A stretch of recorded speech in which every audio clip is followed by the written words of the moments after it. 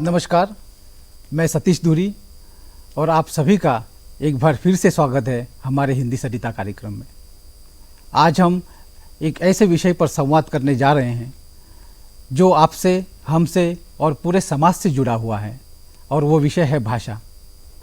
भाषा को वैचारिक आदान प्रदान का माध्यम माना गया है। भाषा अभिव्यक्ति का सबसे विश्वसनीय माध्यम है। वैसे तो भारत देश में अनेक भाषाएं बोली जाती है, इसीलिए भारत देश को बहुभाषिक राष्ट्र कहा जाता है, और इसी भाषा के विकास के लिए अनेक साधन इसमें महत्वपूर्ण भूमिका निभाते हैं। भाषा एक ऐसा साधन है जो न केवल संस्कृति को जोड़ता है बल्कि पूरे देश को एक सूत्र में बांध कर रखता है। भारत में जितनी भी भाषाएं हैं वो उन सभी को वैज्ञानिक आधार है। भाषा के विकास के लिए, जैसे मैंने कहा, बहुत से माध्यमों का सहयोग रहा है। एक ऐसी ही एक भाषा है जिसमें भारत देश के संविधान ने राजभाषा के तौर पर उसे अपनाया है, और वो भाषा है हिंदी। हिंदी भाषा केवल भारत में नहीं बल्कि विदेशों में भी बोली जाती है। अनेक विश्वविद्यालयों में हिंदी पढ़ाई जाती है। हिंदी के विकास में, हिंदी के प्रचार प्रसार में अनेक माध्यमों का योगदान रहा है, और ऐसा ही एक माध्यम है जिन्होंने न केवल हिंदी को बढ़ाया बल्कि हिंदी को जनमानस तक पहुंचाया और जन जन और मन मन की भाषा बनाई, और वो माध्यम है भारतीय रेल। भारतीय रेल कई दशकों से हिंदी के प्रचार प्रसार में काफ़ी सराहनीय तरीके से कार्य कर रहा है। हिंदी ने, रेलवे ने केवल अंग्रेजी भाषा को नहीं बल्कि हिंदी भाषा को भी उतनी ही आत्मीयता से अपनाया है, और अपने सभी नियमों को और कानूनों को यात्रियों तक पहुंचाया है। और इसी रेल की यात्रा के बारे में बात करने के लिए और चर्चा करने के लिए हमारे बीच एक ऐसे हस्ताक्षर उपस्थित हैं जिन्होंने न केवल तकनीकी के क्षेत्र में बल्कि भाषा और साहित्य के क्षेत्र में अपनी अलग पहचान बनाई है। चलिए हम स्वागत करते हैं। हमारे स्टूडियो में उपस्थित है श्री संतोष कुमार झा सर। आप निदेशक हैं परिचालन एवं वाणिज्य, कोंकण रेलवे कॉरपोरेशन लिमिटेड, और आप साहित्य और भाषा के क्षेत्र में भी आपका जो कार्य है बहुत सराहनीय रहा है। सर, आपका बहुत बहुत स्वागत है, बहुत बहुत अभिनंदन है हमारे स्टूडियो में। सर, हम एक प्रश्न आपसे पूछना चाहते हैं। जैसे कि आप तकनीकी क्षेत्र से जुड़े हुए हैं, और ज़्यादातर जहाँ तक हम जानते हैं कि तकनीकी क्षेत्र से जुड़ा हुआ व्यक्ति साहित्य से थोड़ा सा परहेज करता है, थोड़ा सा दूर रहता है, लेकिन आप तकनीकी क्षेत्र से जुड़े हुए हैं, साहित्य से जुड़े हुए हैं, आप अच्छे मंच संचालक हैं, कई कविता संग्रह का आपने प्रकाशन किया है। तो ये जो रुचि है भाषा के प्रति, ये साहित्य के प्रति, ये रुचि आप में किस प्रकार निर्माण हुई? जी, सबसे पहले बहुत धन्यवाद दूरदर्शन का इस आमंत्रण के लिए, आभार। बहुत अच्छा प्रश्न पूछा आपने। मैं लखनऊ में पढ़ा लिखा हूँ, और हमारे उत्तर प्रदेश माध्यमिक शिक्षा बोर्ड में 10वीं और 12वीं की जो पढ़ाई होती है उसमें हिंदी अनिवार्य है, और बहुत अच्छे अच्छे साहित्यकारों का उसमें संकलन हमने पढ़ा, गद्य भी और पद्य भी, और वहाँ से हमारी रुचि हिंदी भाषा में हुई। और जैसा कि आपने बताया कि बाद में हमने 3 काव्य संग्रह भी अपने लिखे हैं, प्रकाशित हुए हैं। और जब हम भारतीय रेल में आए तो हमने पाया कि जैसा कि आपने परिचय में भी कहा कि बहुभाषी राष्ट्र है, और बहुभाषी लोगों को जोड़ने का जो काम भारतीय रेल कर रही है, उसमें हमने पाया कि हिंदी का जो प्रचार प्रसार है वो भारतीय रेल स्वतः करती जा रही है। विभिन्न प्रांत, क्षेत्र और भाषा के लोग इस रेलगाड़ी में सफ़र करते हैं, आपस में संवाद करते हैं, और मैंने पाया कि हिंदी एक ऐसी भाषा है जो संपर्क सूत्र की भाषा है। तो इस भाषा से मेरा जुड़ाव, लगाव विद्यालय स्तर से शुरू हुआ और कार्यालय स्तर तक अनवरत रूप से जारी है। सर, जैसे कि आप कोंकण रेलवे में कार्यरत है, तो कोंकण रेलवे महाराष्ट्र, गोवा और कर्नाटक तक मतलब तीनों राज्यों से होकर गुजरती है। जब हिंदी को बढ़ावा देने की बात आती है, जैसे केंद्र सरकार की भाषा अंग्रेजी और हिंदी है, तो जब रेल अंग्रेजी में काम करता है, रेल प्रशासन अंग्रेजी में काम करता है, तो उसी के साथ साथ हिंदी में भी काम करता होगा जी। तो अब देखिए आप जो कोंकण रेल जिस बेल्ट से गुजरती है वो तो हिंदीतर भाषी क्षेत्र है जी। तो ऐसे क्षेत्र में जब हिंदी को हम इम्प्लीमेंट करते हैं, हिंदी का प्रचार प्रसार करते हैं, तो मुख्य रूप से क्या समस्या आती है और उसका निवारण आप किस प्रकार करते हैं? जी, बहुत ही रोचक प्रश्न पूछा आपने। भारतीय रेल चूंकि केंद्रीय सरकार से नियंत्रित है और गृह मंत्रालय के जो निर्देश हैं उसमें ये है कि हमारे सभी कार्यालयों में अंग्रेज़ी और हिंदी इन दोनों भाषाओं में कार्य होता है। लेकिन जैसा कि मैंने आपको बताया कि चूंकि इस पूरे राष्ट्र को 3 क्षेत्रों में बांटा गया, जितने भी केंद्रीय कार्यालय हैं, तो इसमें कोंकण रेलवे की स्थिति एक विशेष स्थिति है कि इसका लगभग आधा भाग ख क्षेत्र में पड़ता है और बाकी जो हिंदीतर भाषी राज्य हैं, जो गोवा है, कर्नाटक है, ये ग क्षेत्र में पड़ता है जी। और यहाँ पर हिंदी को लिखने बोलने वाले कम हमारे कर्मचारी हैं। तो जो नीति है वो ये कहती है कि आप दोनों ही भाषा में कार्य कर सकते हैं, लेकिन हिंदी के उपयोग को सरल बनाने के लिए ये कहा गया कि आप अपनी बोलचाल की भाषा भी फाइलों पर प्रयोग कर सकते हैं। इससे हिंदी को कार्य करने में आसानी हुई। मतलब उस स्थान की स्थानीय भाषा, जी हाँ, वहाँ से जो स्थानीय भाषा है उसका भी आप प्रयोग कर सकते हैं। तो आप पाएंगे कि गोवा में 3 भाषाओं में उद्घोषणा हो रही है स्टेशनों पर। जो सूचना पट हैं वो 3 भाषाओं में हैं। स्टेशनों पर जो बोर्ड हैं वो स्थानीय भाषा में भी हैं, अंग्रेजी में भी हैं और हिंदी में भी हैं, ताकि जो स्थानीय लोग हैं वो अपनी भाषा को पहचान सकें, देख सकें। लेकिन हिंदी, जैसा मैंने कहा, संपर्क सूत्र की भाषा है, बहुतायत में बोली जाने वाली भाषा है। तो जो हिंदीतर भाषी प्रदेश के जो हमारे कर्मचारी या यात्रीगण भी हैं वो भी हिंदी बोलने का प्रयास करते हैं और रेल उसमें इसका सशक्त माध्यम बना उसके प्रचार प्रसार में। जी सर, एक प्रश्न मेरा ये है, जैसे कोंकण रेलवे है या भारतीय रेल है, विभिन्न भाषाओं के लोग उसमें काम करते हैं जी। कोंकण रेलवे में भी विभिन्न भाषाओं के लोग काम करते होंगे। तब जब हम हिंदी की बात करते हैं, हिंदी के प्रचार प्रसार की बात करते हैं, तो ऐसा कभी हुआ है कि जो हिंदीतर भाषी है, मतलब जो जिनकी मातृभाषा कोंकणी है, कन्नड़ है या मराठी है या अन्य भारतीय भाषा है, तो उनमें प्रचार प्रसार करने के लिए या उनको जब हम कहते हैं हिंदी में काम करो, तो कुछ समस्या आती है? दरअसल अभी तक तो किसी ऐसी समस्या का सामना नहीं हुआ, बल्कि इसके विपरीत उन्होंने सहजता से हिंदी भाषा में बोलना और लिखना स्वीकार किया। जैसा कि मैंने आपको बताया कि चूंकि स्थानीय भाषाओं का और उनके शब्दों का प्रयोग बहुत सहजता से अपनी फाइलों पर भी करने के लिए वे स्वतंत्र हैं और हिंदी भाषा का सरल सहज प्रयोग वो करते हैं, तो इसलिए कार्य करने में इस प्रकार की कोई समस्या नहीं आती। जहाँ पर लगता है कि कोई तकनीकी शब्द है जो अंग्रेजी में है, जिसका कि शुद्ध हिंदी अनुवाद संभव नहीं है, तो उसे देवनागरी में भी लिखने की पूरी छूट है, इजाज़त है। और इसलिए इस प्रकार की कोई समस्या अभी तक हमारे संज्ञान में नहीं आई, बल्कि इसके विपरीत मैंने पाया कि हिंदीतर भाषी जो हमारे कर्मचारी हैं, अधिकारी हैं, वो काफ़ी प्रयोग करते हैं हिंदी भाषा को बोलने में भी और अपने कार्यालय के प्रयोग में भी। राजभाषा विभाग ने बहुत सारी योजनाएं भी की हैं और प्रशिक्षण भी दिए हैं इन सभी को। कोंकण रेलवे में 3 ऐसे प्रशिक्षण केंद्र हैं, एक तो मडगांव में ही है, एक भटकल में है और एक उडुपी में है, जहाँ पर कि हम सभी को इस प्रकार की प्रशिक्षण भी देते हैं। और जब से कंप्यूटरीकरण हुआ तो कंप्यूटर पर भी सभी कंप्यूटरों में और लैपटॉप में उनके हमने जो है वो हिंदी के सॉफ्टवेयर डाले ताकि वो आसानी से इसका प्रयोग कर सकें। तो चूंकि हिंदी थोपी नहीं गई है, इसको प्रेम से, सहजता से लोग स्वीकार करके और आसानी से प्रयोग कर पा रहे हैं, इसलिए इसका प्रयोग बढ़ा है, न कि कम हुआ है। निश्चित निश्चित। जैसे सर आपने कहा कि हिंदी किसी पर थोपी नहीं है, प्रेरणा एवं प्रोत्साहन से उसको लागू करना है।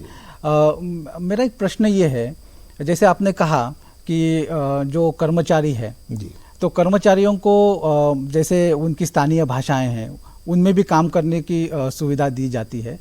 तो अब जैसे गोवा की जो मातृभाषा है, गोवा की कोंकणी जो उनकी राजभाषा है, तो कोंकणी की मुझे लगता है कि लिपि होगी, देवनागरी लिपि होगी। अगर कोई शब्द है, अगर वो जो प्रचलित शब्द है, अगर वो कोंकणी में वो लिखना चाहता है प्रशासनिक कार्य में, तो क्या वो इस्तेमाल उसका कर सकता है? जी, बहुत अच्छा प्रश्न है। आपने सही कहा कि मराठी है, कोंकणी है, दोनों ही की जो स्क्रिप्ट है वो देवनागरी है। तो पहली बात तो ये है कि उनको समझना, लिखना और पढ़ना आसान है उस स्क्रिप्ट के कारण, लिपि के कारण। दूसरा, उनको ये स्वतंत्रता है कि अगर कोंकणी में कोई ऐसा शब्द है जिसे वो लिखना चाहते हैं तो वो लिख सकते हैं। इस प्रकार की कोई बाध्यता नहीं है कि उसके लिए आप शुद्ध और क्लिष्ट हिंदी के शब्दों का प्रयोग करें। और न केवल स्थानीय भाषा, जैसा मैंने कहा कि अंग्रेजी भाषा के भी कोई शब्द ऐसे हैं जिनको वो देवनागरी लिपि में लिखते हैं, या यदि उसका विकल्प उनके पास उपलब्ध नहीं है तो उसकी भी स्वतंत्रता है। अच्छा, मतलब कोई तकनीकी शब्द है तब ऐसा लगे कि इसका अगर अनुवाद थोड़ा सा अलग हो सकता है तो तकनीकी शब्द चाहे वो अंग्रेजी का हो उसको देवनागरी स्क्रिप्ट में हम लिख सकते हैं। जी बिल्कुल।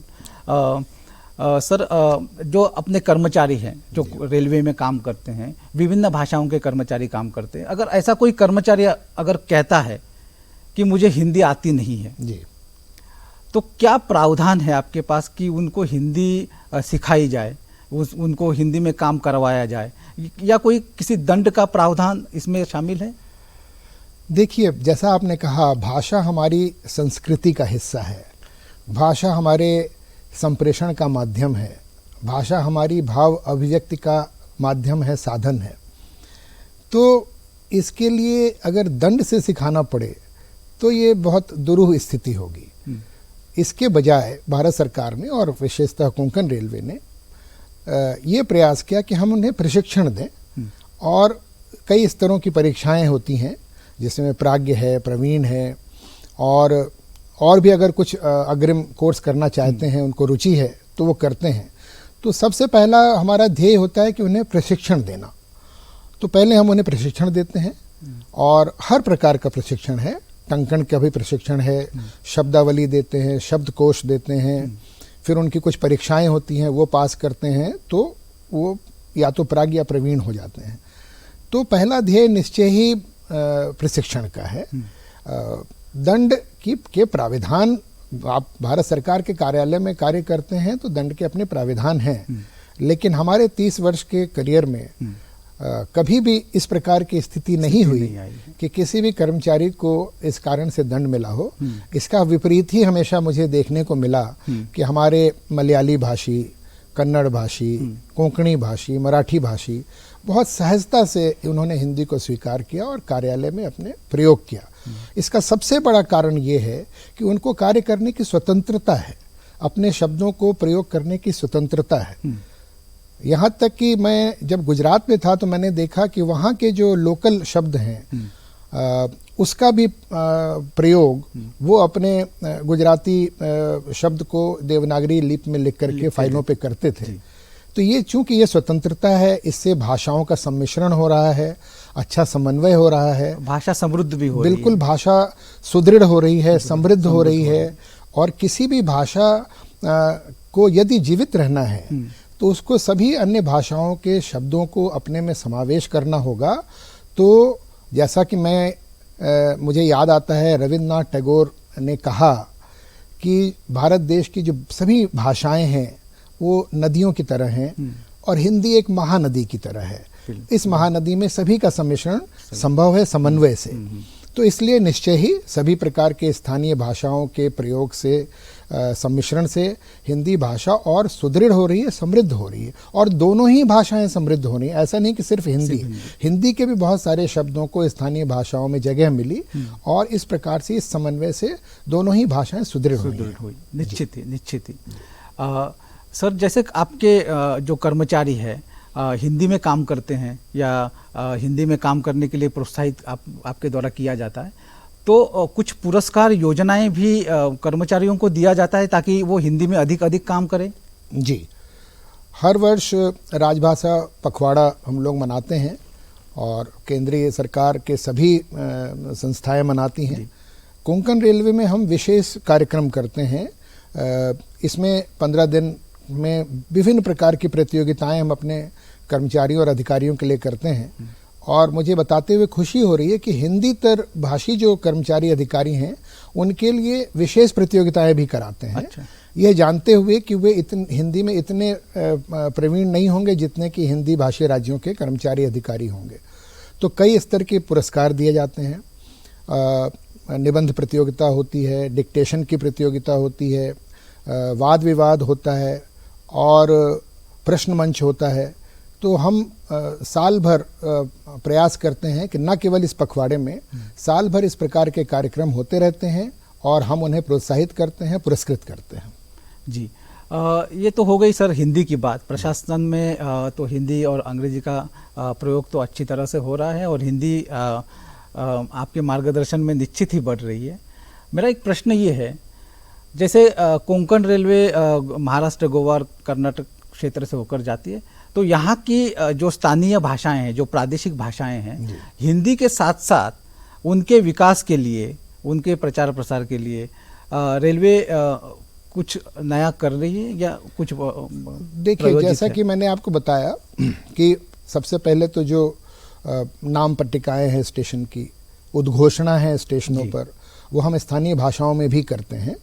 यहाँ तक कि हमारे यहाँ एक स्टेशन वर्किंग रूल होता है, स्टेशन कार्य प्रणाली का, जो कि जितने भी हमारे संपार फाटक हैं, जिसे लेवल क्रॉसिंग गेट कहते हैं, वहाँ पर ग्रुप डी के जो कर्मचारी होते हैं, जो अपनी भाषा में ज़्यादा अच्छा बोल सकते हैं, समझ सकते हैं, तो यहाँ तक कि उनके गेट वर्किंग रूल और स्टेशन वर्किंग रूल भी हमने स्थानीय भाषाओं में अनुवाद करके उनको दे दिए हैं।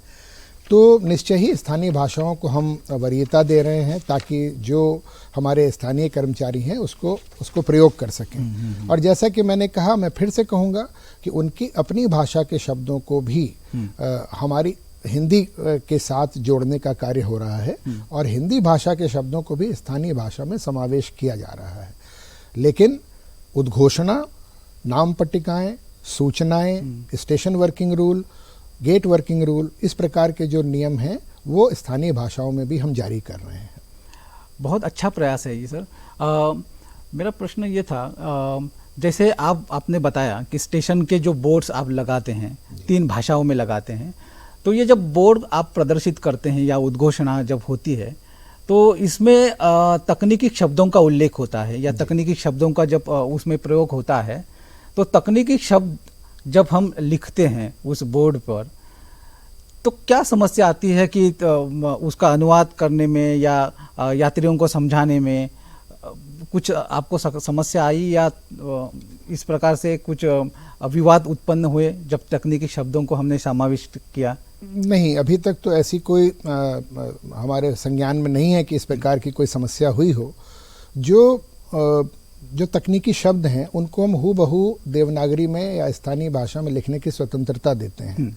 जैसे कि मैं आपको उदाहरण दूंगा कि शौचालय है, यद्यपि बहुत लोकप्रिय शब्द है, लेकिन अगर कहीं पर हिंदीतर भाषी राज्य का कोई स्टेशन है और वो इसे लोग अपनी स्थानीय भाषा का शब्द में लिखना चाहते हैं, जैसे कि मैं गुजरात का उदाहरण दूं, तो वहाँ पर वो संडास लिखते हैं, शौचालय नहीं लिखते। इसकी स्वतंत्रता उनको दी गई है। इसी प्रकार से हमारे क्षेत्र में भी स्थानीय भाषा के शब्द इस्तेमाल करने की पूरी स्वतंत्रता है और उसको देवनागरी लिपि में वो लिख सकते हैं। इतना ही नहीं, जो अंग्रेजी के शब्द हैं, कई जगह आप देखेंगे कि जहाँ पर लिखा हुआ है पुरुष टॉयलेट, टॉयलेट को उन्होंने देवनागरी में लिख दिया है। इसकी स्वतंत्रता हमें भारत सरकार देती है, क्योंकि हमारा कार्य है कि इसका प्रयोग बढ़े, न कि किसी दबाव में, बल्कि सहज रूप से बढ़े। जी सर, जैसे आपने कहा कि तकनीकी शब्दों को हम as it is Devanagari script में हम लिखते हैं जी। तो जब ये हम लोग तकनीकी शब्दों को जब लिखते हैं या स्थानीय भाषाओं को हम भी शामिल करते हैं 3 भाषा सूत्र के अनुसार, तो स्थानीय जितनी भी भाषा है तो इससे समृद्ध होगी, ऐसा आपको लगता है? निश्चय ही समृद्ध होगी। इसलिए कि एक और उदाहरण देता हूँ, जैसे कि कोंकण रेलवे का विद्युतीकरण हुआ अभी, तो विद्युतीकरण में जितने भी हमारे विद्युत इंजन हैं, इलेक्ट्रिक लोकोज हैं, वो जहाँ से करंट लेते हैं उसको हम लोग OHE कहते हैं, जिसका अंग्रेजी में नाम है ओवरहेड इक्विपमेंट, जो कि इसका शुद्ध हिंदी जो है वो विद्युत ऊपरी उपकरण है। तो इसको बोलना और लिखना दोनों ही कठिन है, तो इसको लोगों ने हिंदी में ही OHE लिखना शुरू किया और हिंदी में ही हमने अपने कर्मचारियों को सिखाना शुरू किया, तो जिसको कि वो भली भांति आसानी से समझ पाए। यदि हम उन्हें कहते कि ऊपरी उपकरण, तो शायद उनके लिए बहुत मुश्किल हो जाता। तो जो स्थानीय भाषा है, इन भाषाओं के समावेश से समृद्ध निश्चय ही समृद्ध हो रही है, क्योंकि उसका प्रयोग बढ़ रहा है। उन्होंने अपनी भाषा में भी उस शब्द को लिखना शुरू किया, अपनी लिपि में भी। तो मैं तो ये कहूँगा कि जितना अधिक भाषाओं का आदान प्रदान होगा, न केवल हिंदी, जो स्थानीय भाषाएं हैं वो भी समृद्ध हो रही हैं। बिल्कुल सर। कर्मचारी, आपने जैसे कहा कि कर्मचारियों को हम अधिक से अधिक हिंदी में काम करने के लिए कह रहे हैं, हिंदी में बातचीत करने के लिए कह रहे हैं, तो इन हाउस अपने रेलवे में इन हाउस कोई सुविधा है जिसमें जैसे मैं जहाँ तक जानता हूँ, अगर कर्मचारी को प्रशिक्षण के लिए भेजना है तो एक तो समय उनके पास, उनको रिलीव करने के लिए समय नहीं होता है, और इसमें वित्तीय खर्च भी थोड़ा सा ज़्यादा आता है, तो इन हाउस कोई सुविधा है रेलवे में? जी हाँ, जिसमें 2 प्रकार के कार्यक्रम अभी चल रहे हैं। पहला तो ये है कि राजभाषा विभाग के द्वारा उन कार्यालयों में जाकर के हम कार्यशालाएं करते हैं, ताकि उनको अपने स्थान से विस्थापित न होना पड़े। और दूसरा ये है कि उनको तकनीकी माध्यम से प्रशिक्षण देना, अर्थात उनके कंप्यूटरों पे हिंदी का प्रयोग करना। आजकल कुछ नए एप्लीकेशंस आए हैं, मोबाइल एप्लीकेशंस आए हैं, तो जितने भी हमारे गोपनीय सहायक हैं उनके मोबाइलों पर वो ऐप जो है हम लोगों ने डाउनलोड कर दिया है, ताकि वो डिक्टेशन लें और उसका हिंदी अनुवाद उनको मिले, या अगर अपनी भाषा में बोलेंगे तो भी वो हिंदी में अनुवाद करके देता है। मतलब जो प्रशासन से जुड़ा नहीं है या रनिंग स्टाफ है, वो बोलकर उसको टाइप कर सकता है। तो इस प्रकार की सुविधाएं हम दे रहे हैं। आपने बहुत अच्छा प्रश्न पूछा कि उनको बार बार इन तीनों प्रशिक्षण संस्थानों में न जाना पड़े, इसलिए जितने हमारे कर्मचारी जो हिंदी प्राज्ञ प्रवीण हैं वो भी अपने साथियों को हिंदी सिखाते हैं। राजभाषा विभाग के लोग जाकर के कार्यशालाएं करते हैं। बीच बीच में हम जो वक्ताओं को आमंत्रित करते हैं जो इस प्रकार के कार्यक्रम करते हैं। और इतना ही नहीं, हम लोग नराकास से भी जुड़े हुए हैं, नगर राजभाषा कार्यान्वयन समिति से भी जुड़े हुए हैं। ये थोड़ा सा माफ़ी चाहता हूँ कि थोड़ा सा नराकास के बारे में। जी, ये सभी राज्यों में नगर राजभाषा कार्यान्वयन समितियां बनी हुई हैं हिंदी के प्रचार प्रसार के लिए। एक समिति में 15 से 20 संस्थाएं सामान्यतया होती हैं, केंद्र सरकार की। ये सभी संस्थाएं एक मंच पर कार्य करती हैं हिंदी के प्रचार प्रसार के लिए। कोंकण रेलवे इसमें अग्रणी भूमिका निभा रहा है।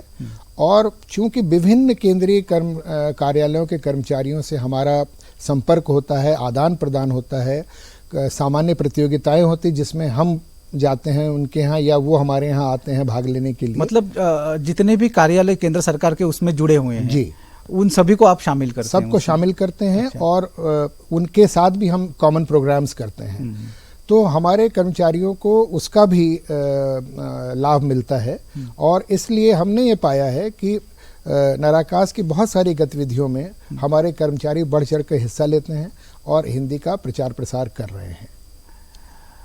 जी सर, जैसे आपने कहा कि राजभाषा के हिंदी के प्रचार प्रसार के लिए राजभाषा विभाग बहुत अच्छा काम कर रहा है।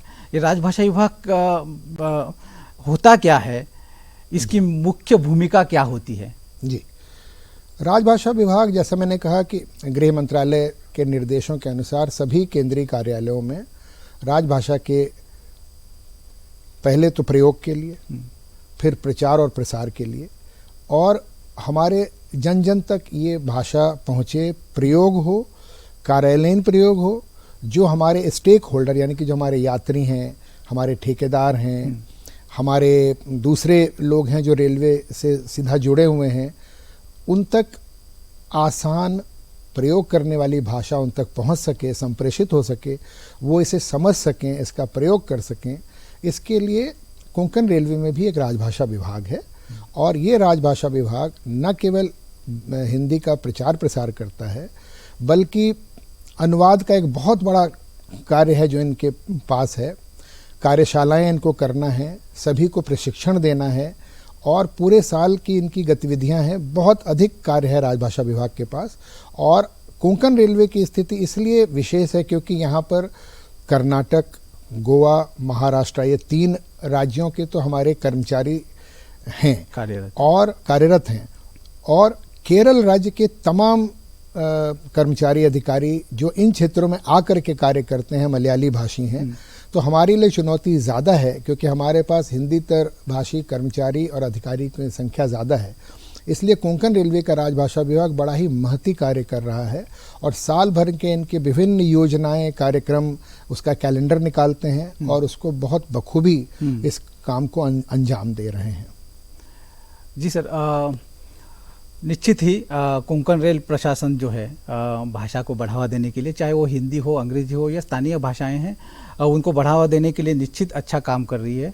मेरा प्रश्न ये है कि जहाँ से अपनी जो रेल गुजरती है, जहाँ से स्थानीय भाषाएं हैं, तो उनको बढ़ावा देने के लिए रेलवे की अग्रिम क्या योजना होगी? उनको समृद्ध करने के लिए क्या योजना होगी? जी, रेलवे विभिन्न योजनाओं पे अमल कर रही है। और पहला तो जैसा मैंने कहा कि जितने भी हमारे परोक्ष या प्रत्यक्ष रूप से जुड़े हुए लोग हैं, पहले तो अपने कर्मचारी अधिकारी, फिर हमारे यात्रीगण और उसके बाद हमारे अन्य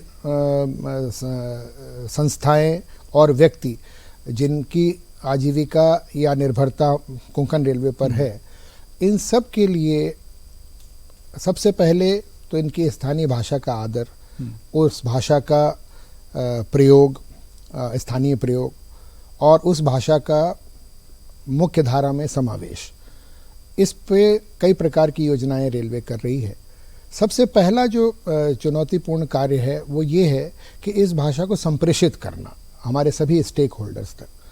तो चाहे वो विभिन्न सूचनाएं हों, उद्घोषणाएं हों, ट्रेन के अंदर या स्टेशनों पर, फिर ट्रेन सूचक बोर्ड्स हैं जिसे ट्रेन इंडिकेटर बोर्ड कहते हैं, आरक्षण प्रणाली की सूची है, बाहर स्टेशन बोर्ड्स हैं और इस प्रकार के तमाम जो भी संप्रेषण के माध्यम हैं। तो कोंकण रेलवे तीनों क्षेत्रों में, तीनों राज्यों के जितने भी स्टेशंस हैं उन पर स्थानीय भाषा, हिंदी और अंग्रेज़ी का समान रूप से प्रयोग कर रही है और उन कर्मचारियों को प्रोत्साहित कर रही है कि एक जो कॉमन भाषा है, जिसकी जो हिंदी है, उसमें प्रयोग करें, उसे लिखें और अपनी भाषा के शब्द सरलता से और स्वतंत्रता से प्रयोग करें ताकि जन जन तक ये भाषा पहुंच सके। बहुत बहुत आभार सर। जैसे रेल की निश्चित ही अच्छी योगदान है स्थानीय भाषाओं को या हिंदी का जो प्रचलन है। आप यहाँ उपस्थित हुए हमारे स्टूडियो में, रेल के योगदान के बारे में आपने एक खुलकर यहाँ पर चर्चा की और ज्ञानवर्धक जानकारी आपने प्रदान की।